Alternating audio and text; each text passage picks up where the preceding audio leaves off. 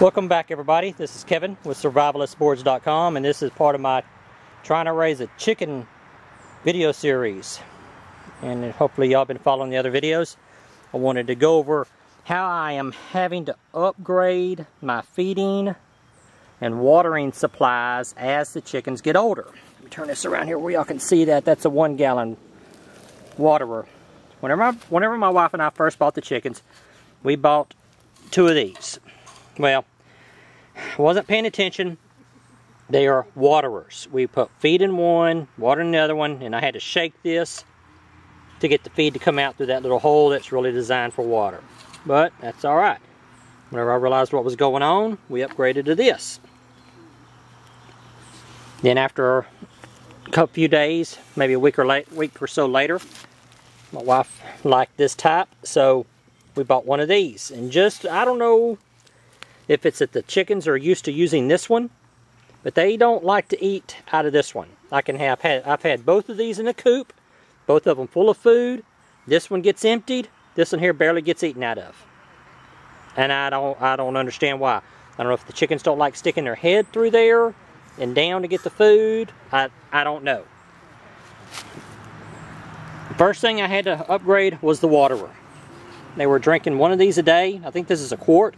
They were up drinking one of these a day, and I had to upgrade within the first 3 weeks to a 1 gallon poultry drinker.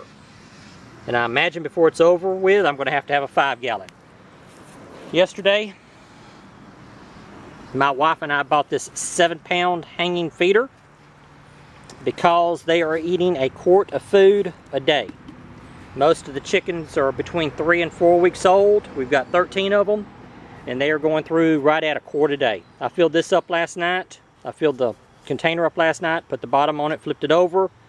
And this morning, it's all the way down to the bottom. There's nothing left in the reservoir. Yeah, today, that's how it is. So, before they go to bed, or before we go to bed, I'm going to fill up this one and put in there. The 1 gallon waterer is doing quite well.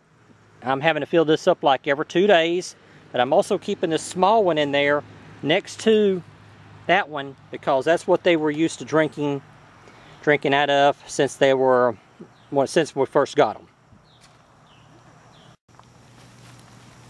Whenever I introduce the new feeder to the coop, I'm also going to have this one in there. I'm going to put the 2 of them side by side so that the chickens, it won't be something entirely new. They'll still be able to eat out of this one. But there's going to be food in here, and hopefully after a week or so I'll be able to take this one out of the coop or let this one run dry.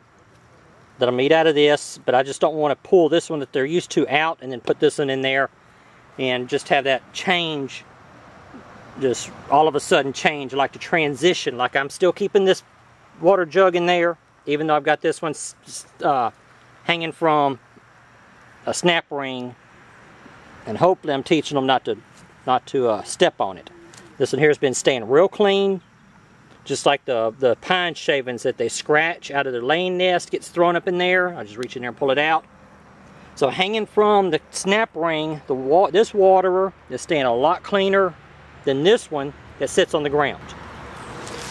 Got this 10-pound bag of chick grower, chick starter, is medicated.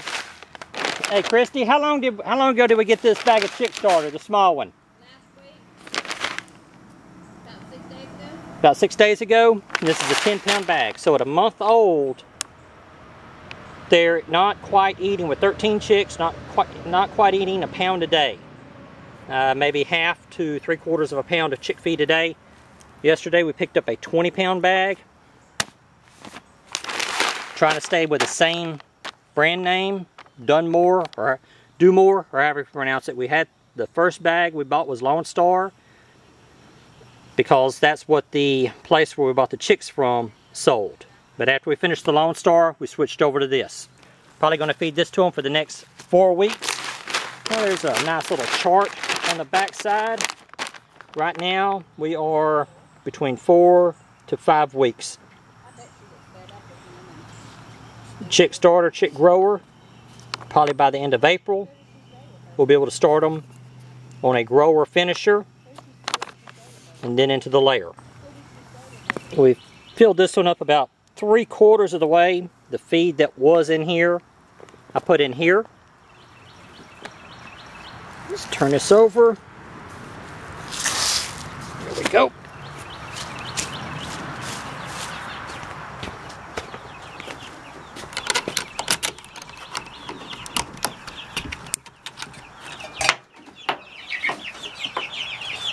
Now I've got the feed. Camera's getting blurred. That bag's empty. I'm going to put this right there where they're used to eating on it. And then I'm going to come back and put that bigger one right next to it. Alright fellas, make a little bit of room. There we go. Now I've got this on the board. What it is, I started this out on the board because they were dropping some out and wasting it. Hey, I'll be fighting. There's a whole bunch of it on the ground. So what I'm hoping to do is, one, I have it on the board so as it falls out, hopefully it'll collect some off the board. Second, whenever I fence this in, whenever I finally fence all this in and make this an entirely enclosed area with the net, whenever the other section of the coop is added, whatever they spill up here, and I'm going to have the feeder hanging from a cable, not from a cable, from a chain, just like the waterer. This is not full, not tonight anyway. Put that up there and see how they do with it. But whenever the idea is keep the food and water up here. Probably have a waterer downstairs during the heat of the summer. Then whenever the food drops on the ground, whenever I'm let them out during the day, they'll go down there and get the food off the ground also.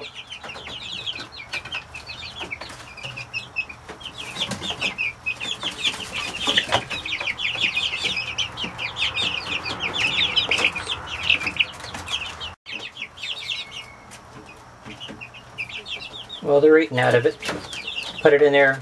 They're already eating out of it. That's good. I just hope they don't perch up on the top and crap in it. That's why I didn't want to fill it all the way up. Tomorrow, whenever I get in here, I'll take a look at it and see if any of them perching up in there are crapping. If they are, I ain't lost a lot of feed. This one here, like, runs over here to me. Come here. Come on. Come on. Yeah.